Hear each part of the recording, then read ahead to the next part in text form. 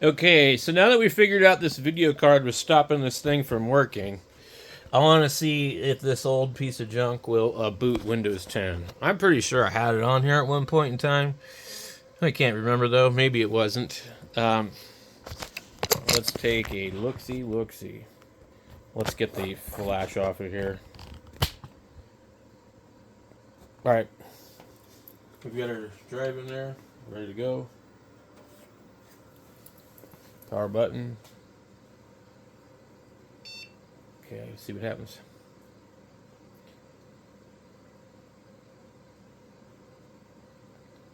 Yeah, it gives you this one. So, error BIOS legacy boot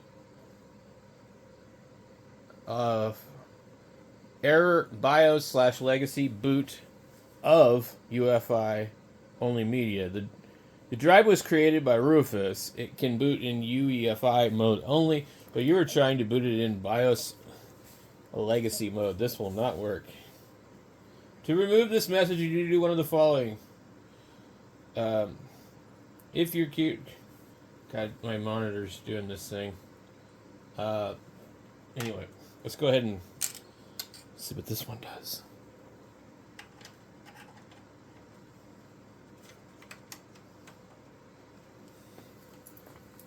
Okay.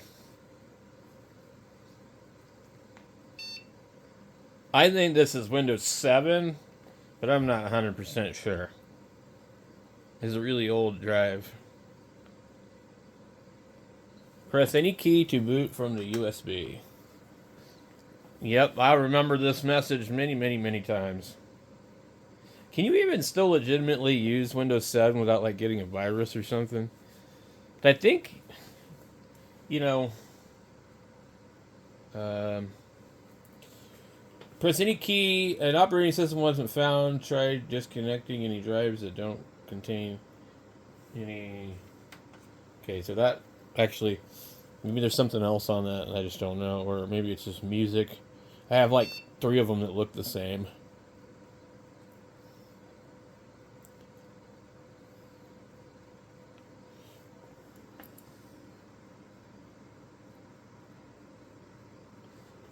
Yeah, I think it is Windows. So this thing just doesn't like Windows. I want to see something here, guys. This is going to be funny. Okay. Arch Linux, here we go. And I am not doing it the manual way. Oh my god. No way. Let's just see if it'll boot. I think it might. No, it won't boot. It's got. I'll be damned, dude. Look at this. We're gonna put Arch on this thing. It's hilarious. Why not, right? I mean, you know.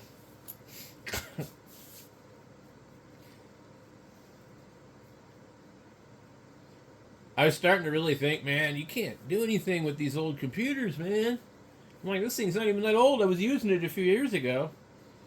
I used this thing in like 2017, 2018, 2019, 2020.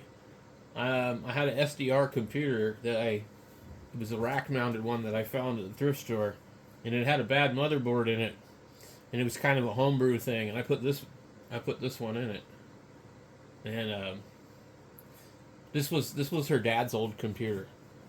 Um, they had what did they have? They had all these computer games like Pop Cap, bottle cap games or whatever you call it, and it was on an old E-machine computer. And I don't remember what the story was, but I mean, her dad passed away before we got together. So anyway, not long though, not long before. Anyway, so her mom just didn't want anything to do with any of this stuff, and this computer, I forget what it just like. I don't think anybody was really using it anymore because they all had laptops and stuff. So I think he probably bought the computer in 2008 or 9, and it just kind of nothing happened with it, and yeah, so I definitely put like a different operating system on it because I forget what the hell it had. Um, Probably had Vista originally, I think. It was definitely not XP, but um, and I've always had trouble with these older computers from that time period that use that particular BIOS thing. I got another computer that's kind of difficult too.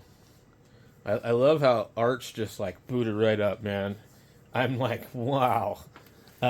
Yeah. So, um, I think we're waiting for, yeah. Okay, so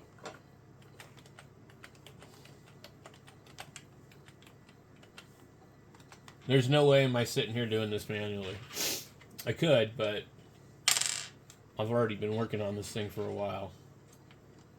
So, and with the manual install, it just takes me too long. So, okay. Enter English. So, I'm not going to worry about a lot of this stuff. Okay.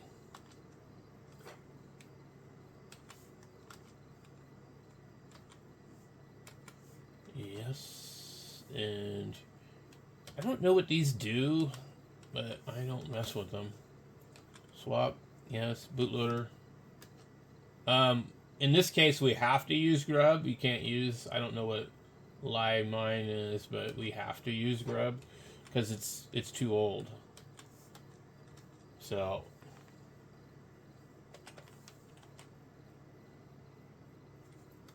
let me see.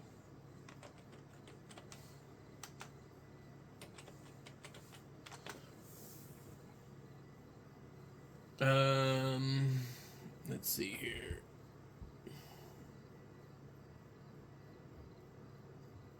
Okay, we need to do user account, and then we need to do, let's see what else.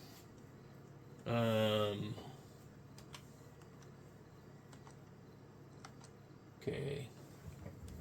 What are we gonna call this thing? AM2 PC. I think. Or we could call it what it is, an Acer Aspire. Acer Aspire. I think it's a 3100X. I don't know if it is or not, but that's what I'm going to call it. Alright, we need to pick our desktop. And honestly, I think I just tried Budgie a while ago. I thought Budgie wasn't too bad. Cinnamon. What does Budgie have? Mate terminal. Which one has like the most stuff to start with?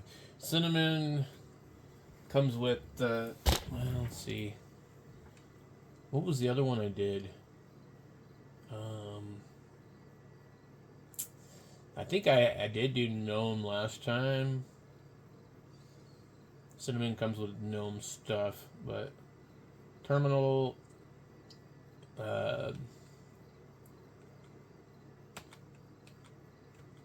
Okay.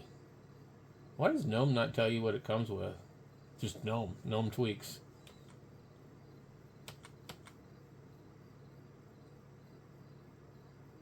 And then you get Plasma.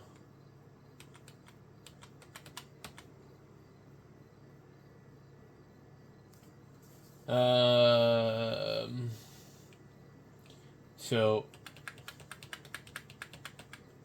I would just do GNOME. GNOME tweaks. OpenSSH. Smart tools. Okay.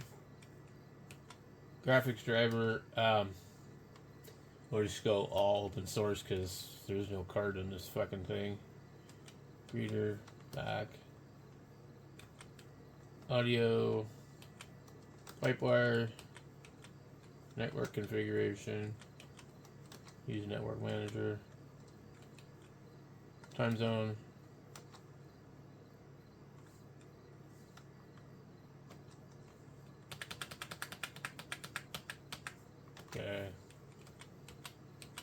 install. And it'll take a minute for sure.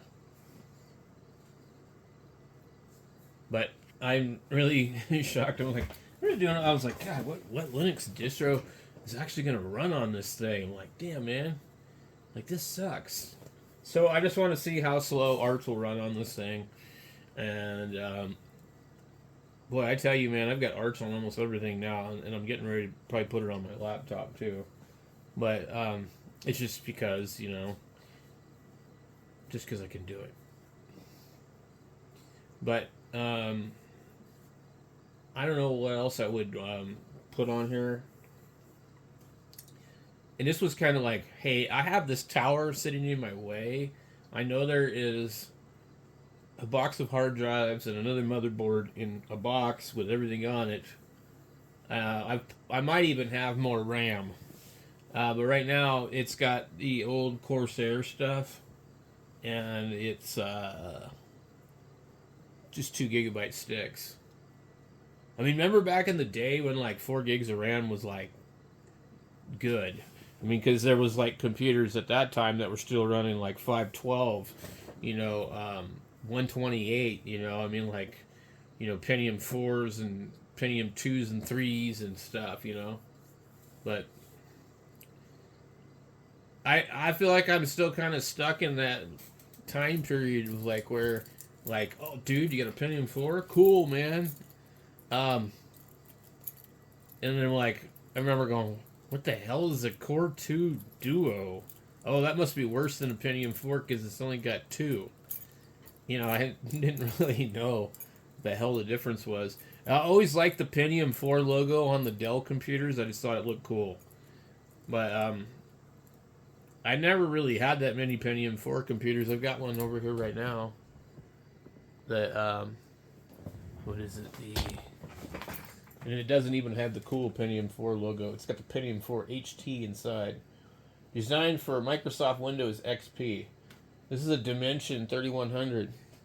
And I forget, somebody was talking about, they were like, I've got, I forget what they said they had running on it. Debian or something, or Lubuntu. I can't even remember. But, anyway, we'll come back when this is done. It'll be done soon. Bunch of modules missing. Warning, console front not found in configuration. Possibly missing firmware for module AST, firmware module BFA, WD719, AIC94XX, QLA1280, QLA2XXX, and QED.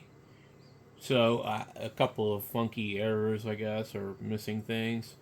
Setting up swap on ZRAM. And doing all this other stuff. You really appreciate this once you've done the manual install. I am telling you, man, oh man. It is a pain in the butt.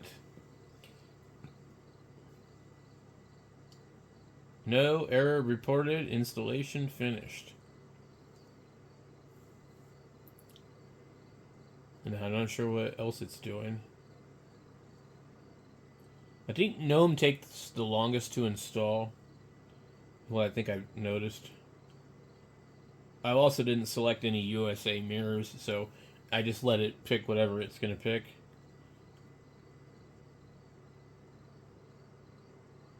It's kind of interesting because I guess the operating system doesn't even really exist on the CD. It's like without an internet connection, you can't install this.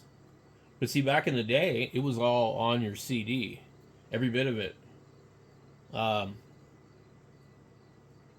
It's really sad how things have gotten. Like, it's like you can't do anything without the internet. And I was looking earlier because I was like, I need to burn a CD for this stupid thing because I thought it wasn't able to read the USB stick, not knowing it was just that stupid video card fucking with me. Windows made the video card work, I think, but everything else wouldn't work. Anyway, I realized there's none of these installations are under 700 megabytes. Uh, they're all like 4 or 5 gig, and I forget which one that I got. Debian net install. I might actually try that after this. It's a CD, and it's like 670 megabytes. So I might actually try that on the old Dell Dimension 3100. Wouldn't it be kind of cool? Have a Pentium 4 sitting there playing like modern games on it. I think you really could. You know, I mean, you could pop a freaking video card in it. So anyway, oh my god, this is gonna take a while. But yeah, I was going, man, I can't even find anything that like could install without the internet. Everything needs the internet. And you have like this gigantic distro on a flash drive, and it's not even all there. It's like holy crap. I mean, you look at the size of the operating systems, and no wonder like they won't run on old hardware. No wonder they're like bloated. You take one of these old computers, like this one, and run Windows 95 or 98 on it, you will be shocked at how fast that crap runs on like almost no RAM. I mean, like, it's fast. It boots up really fast. We've got a computer that I use for Age of Empires and stuff like that, and her Myst games, and it just boots up like, I don't know, in a minute or less. It's like, well, somewhere in between then and now, we just got completely bloated and screwed. Because it was... I don't remember stuff being that fast back then, but I definitely don't remember it being that slow either. I think, we were just kind of used to it at the time. But, I mean, you look at, like, the old Xbox and stuff, and you can run the old Xbox original. And I'm like, wow, this thing actually boots up fast, and the graphics aren't bad. I mean, it's not going to be 4K, but, who cares? So anyway, I'll be back when this thing finishes. It could be a while. We're talking a spinning hard drive and an old computer with 4 gigs of RAM. All right. We're done on that part.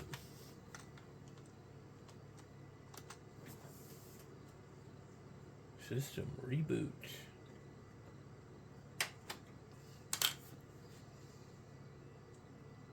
How long will it take it to reboot?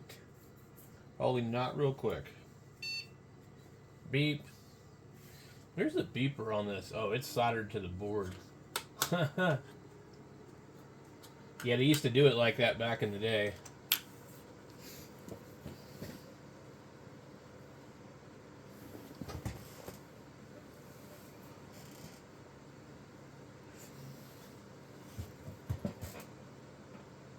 Alright, we just logged in. How long it takes it.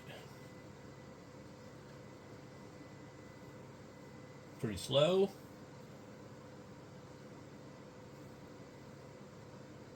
I wonder how much RAM this board supports. Looks glitchy. Yeah, like something ain't right. Wonder what's up with that. That sure is weird, isn't it? Interesting.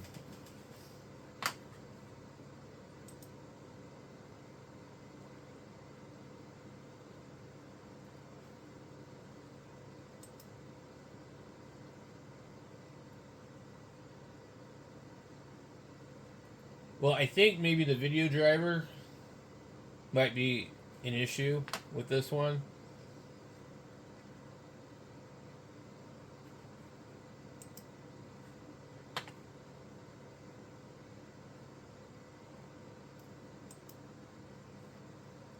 So we got here Vim, Tor, Videos, Console, SSH server browser, settings, system. Utility test. Man, I'm getting tired. Document scanner. Characters, clocks, weather, camera. Alright. Let's check for updates, I guess. Sure we are. Let's go. Let's just go ahead and get Firefox.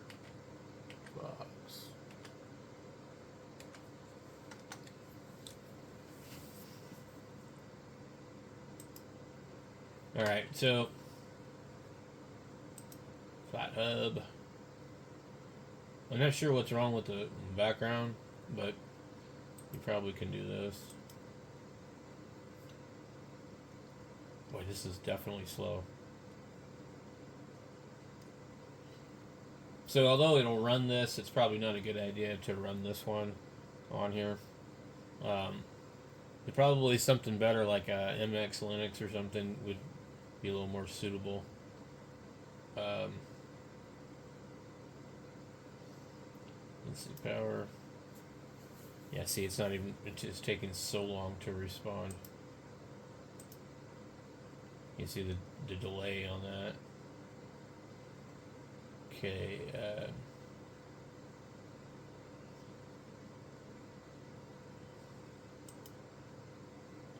waiting, yeah.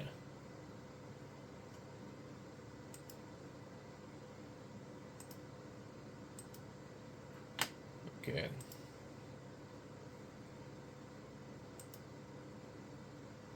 Let's see. So, oh, it gives you the eMachine model number. eMachines EL13331. Copy.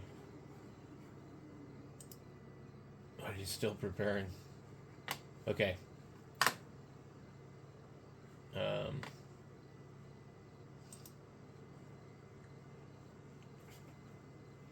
System details. eMachine, 4GB, Athlon, 2850. Firmware version, rolling build, 64-bit. GNOME version 48, Wayland, Linux 6.15. So anyway, it's working, guys. We need to find something probably. It's not going to do well on this one. It's just a little too new. You know. So it's asking a lot of it, really. The fact that it runs is pretty cool. So I'll have another video when I find something that works better.